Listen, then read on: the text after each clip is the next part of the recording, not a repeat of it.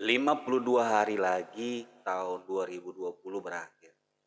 Anda mau mengakhiri ini dengan kemenangan, dengan rasa victory yang ada di diri Anda, atau jangan-jangan Anda merasa menjadi korban dari keadaan di tahun 2020 ini? Assalamualaikum warahmatullahi wabarakatuh. Apa kabar teman-teman semuanya? Alhamdulillah ya, kita masih diberikan kesehatan dan juga tentunya kemampuan untuk tetap berkarya setiap hari gitu ya. Nah, di video kali ini kita akan ngebahas tentang bagaimana nih kita bisa finish good gitu ya. Finish awesome lah gitu. Jadi keren banget nanti di tahun 2020 ini bisa kita akhiri. Nah, tentunya ada beberapa poin nanti yang akan saya jelaskan di video kali ini. Makanya teman-teman harus tonton sampai habis. Nah, buat yang baru masuk di channelnya Bang Omar, ya jadi buat kamu-kamu yang sebenarnya sudah berada di bisnis properti gitu ya, terus kepengen di-upgrade bisnis propertinya. Nah, di channelnya Bang Omar ini kamu akan dapetin tips-tips tentang strategi marketing, strategi bisnis, kemudian juga tutorial ya bagaimana nanti masuk ke digital marketing gitu ya. Kamu akan dapatkan di sini. Makanya kalau yang belum subscribe ya klik tombol subscribe-nya dan jangan lupa nyalakan lonceng. Oke, kita akan masuk bagaimana ya supaya tahun 2020 ini kita akhiri dengan keren gitu ya. Oke, kita masuk dulu ke hal yang pertama. Hal yang pertama adalah teman-teman, kita harus dulu mengevaluasi diri gitu ya, mengevaluasi diri bahwa ada beberapa aktivitas rutin kita yang perlu kita perbaiki supaya sisa 52 hari ini tuh bisa jadi jauh lebih baik. Ini yang saya lakukan gitu ya. Nah, apa sih kebiasaan yang perlu kita evaluasi itu? Yang pertama adalah bagaimana nanti sebenarnya kita memulai hari kita. Nah, untuk memulai hari kita, yang pertama kali mesti teman-teman lakukan adalah bagaimana malamnya. Nah, jadi malam sebelumnya gitu ya. Malam di hari sebelumnya, teman-teman harus siapkan dulu gitu loh. Jadi jangan sampai nih sebelum tidur kita sibuk main Instagram, sibuk main sosial media ya, nonton YouTube lah, nonton drakor gitu ya.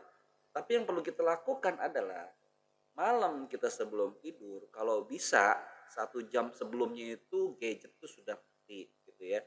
Kalau perlu kita sudah tidak ada interaksi yang macam-macam lah. Supaya apa? Supaya kita bisa merancang, memprogram diri kita untuk kita bisa bangun pagi. Dan juga jangan sampai nih bawah sadar kita itu masuk dengan ya misalkan ya film-film yang ya mungkin film horor atau film yang banyak sekali tentang kejahatan gitu atau hal yang negatif, atau kita baca berita-berita yang bisa dibilang negatif gitu ya, sehingga akhirnya dia kebawa sama kita gitu. Nah, itu agak kurang bagus gitu. Nah, makanya sebelum tidur pastikan bahwa kita sudah mematikan handphone kita.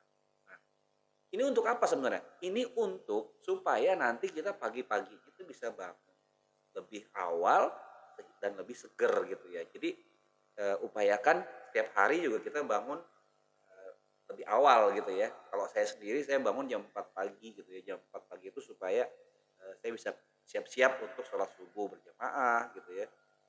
Bahkan sebelumnya biasanya suka ada juga kita qiyamul lail gitu ya. Nah, itu untuk memberikan satu apa ya? Satu efek di mana energi kita tuh jadi jauh lebih luar biasa di pagi hari seperti itu. Jadi jangan sampai juga pagi hari itu kita mulai dengan sesuatu yang kurang baik gitu. Makanya dimulai dengan pagi-pagi sekali kita bangun, kemudian kita sholat subuh ya, habis itu mungkin kita ngaji sebentar ya kan, tahfiz gitu ya. Kemudian juga berdoa gitu ya. Nah, itu bagus banget sebenarnya buat diri kita gitu ya, karena ternyata orang-orang kaya di dunia itu mereka pagi-pagi banget bangunnya gitu ya. Ya mungkin pernah dengar ya ada Mas Hotman Paris gitu ya. Dia tuh bangunnya itu jam 3 pagi bahkan gitu. Jadi orang-orang belum pada bangun dia sudah bangun dan dia sudah melakukan banyak pekerjaan. Nah, makanya di sini kita bisa mengadopsi hal tersebut. Jadi teman-teman supaya kita lebih powerful, bangun lebih pagi gitu ya. Kemudian eh, kita langsung asupkan otak kita ini dengan hal yang positif ya. Seperti itu. Kita kemudian apa namanya sarapan gitu ya yang sehat, terus kita juga olahraga mungkin setengah jam aja cukup, setengah jam olahraga ya, lari-lari kecil gitu ya, atau juga bisa misalkan push up gitu ya. Saya sendiri sedang melakukan challenge ya 100 kali push up per day, kemudian juga ada jogging. Nah, itu supaya apa ya, kita siap untuk hari tersebut. Nah, terus kebiasaan yang berikutnya yang perlu kita bangun adalah kapan sih sebenarnya kita itu sampai di kantor. Nah, ini juga challenge nih buat orang-orang, buat teman-teman gitu ya, yang dia tuh self employee gitu ya, atau dia business owner gitu ya. Kadang-kadang kan karena merasa ini usahanya dia atau dia melakukan segalanya sendiri gitu ya, sehingga akhirnya tidak punya yang namanya jam kerja ya, sehingga tidak punya kedisiplinan untuk sampai di kantor jam berapa. Nah, kalaupun misalnya Anda kerja di kantor orang, kerja di bisnis orang gitu ya, eh, biasakan untuk punya satu habits di mana datang ke kantor itu on time gitu ya. Nah, begitu juga dengan kita nih yang pekerja lepas ya, freelancer ataupun business owner gitu ya. Itu juga punya satu habits di mana mungkin gue sampai kantor jam 9 nih atau jam 8 nih gitu. Itu punya punya satu jam yang memang kita fixkan dan kita rutinkan seperti itu. Nah, itu supaya supaya apa? Supaya kita punya rasa ownership dan punya akuntabilitas gitu ya, rasa tanggung jawab terhadap bisnis kita sendiri.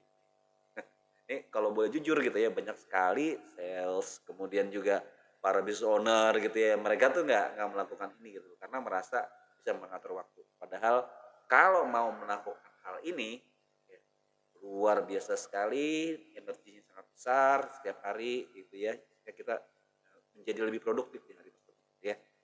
Kemudian kalau udah sampai kantor tepat waktu, terus kita ngapain gitu ya. Nah, ini juga perlu dibangun satu apa ya, rutinitas yang ya kita harus ngecek beberapa hal ya yang terkait dengan ya mungkin bisa jadi hal terkait dengan market ya.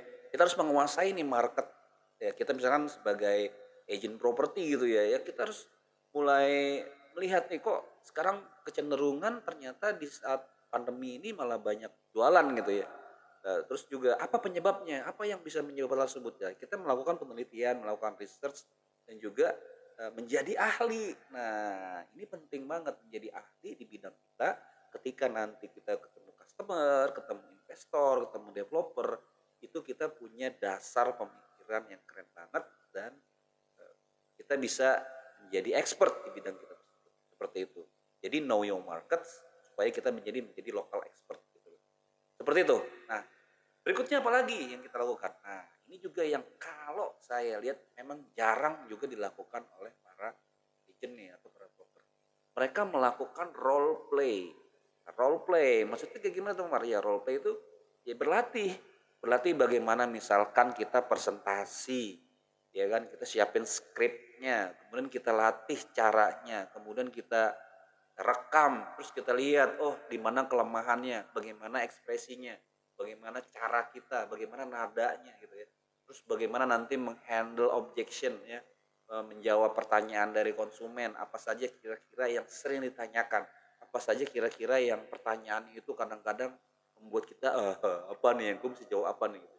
Karena memang nanti kita akan bertemu dengan banyak salah.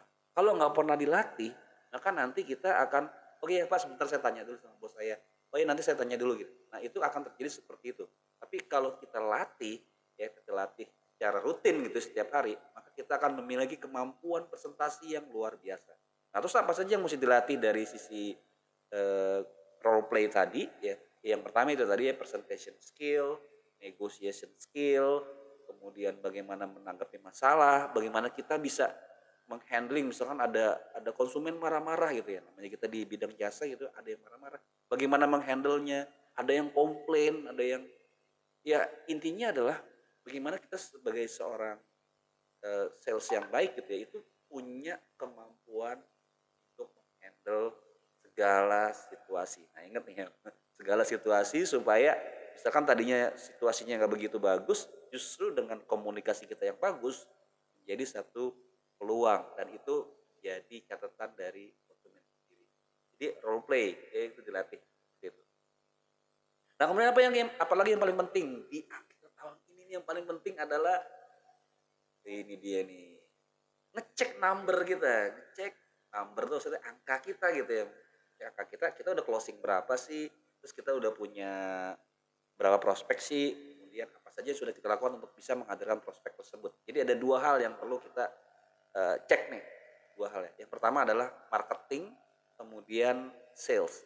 Maksudnya marketing tuh ya kita sudah berapa banyak postingan yang kita upload ke sosial media, ke website, ke marketplace. Itu ada berapa banyak. Kemudian berapa banyak orang yang mengontak kita, yang mereka mau mengetahui lebih jauh informasi tentang prospek yang kita posting tadi, gitu ya. Kemudian berapa banyak dari mereka yang akhirnya appointment sama kita, mereka janjian sama kita survei ke lokasi, gitu ya. Sampai nanti akhirnya terjadi transaksi. Itu yang kita cek, ya. Jadi number kita, angka kita tuh kita cek di akhir tahun ini supaya nanti kita bisa ya let's say misalkan jauh nih Bang Umar, gue jauh banget nih dari target gue yang udah gue buat di awal tahun 2020, nggak apa-apa, tapi at least kita do the best, kita coba achieve, dan ini kan masih ada 52 hari lagi ya, itu masih banyak kesempatan, ya siapa tahu kita nggak tahu ada satu opportunity yang besar gitu ya. Nah cuman tugas kita adalah memastikan bahwa kita melakukan step by stepnya seperti itu. Oke, nah teman-teman, apa sih maksud dari tujuan dari konten video kali ini? Saya ingin teman-teman menjadi pemenang. I want you to be the winner. Nah, begitu juga dengan saya gitu ya. Kita sama-sama jadi winner di tahun 2020 ini. Walaupun banyak ujian, walaupun banyak hambatan, tapi kita tetap semangat, kita tetap punya energi yang cukup besar untuk memenangkan tahun 2020 ini. Dan tentunya nanti kita persiapkan di tahun 2021 hal-hal yang lebih besar dari sekarang. Do the things that make you win. Jadi lakukan apa yang harus Anda lakukan untuk menjadi pemenang, ya. Dan saya harapkan teman-teman bisa mendapatkan manfaat dari konten ini. Ya. Silakan komen jika ada yang ingin disampaikan. Mungkin juga ada pertanyaan, boleh juga supaya kita bisa diskusi lebih lanjut. Oke teman-teman, demikian yang bisa saya sampaikan. Ya, terima kasih atas perhatiannya. Wassalamualaikum.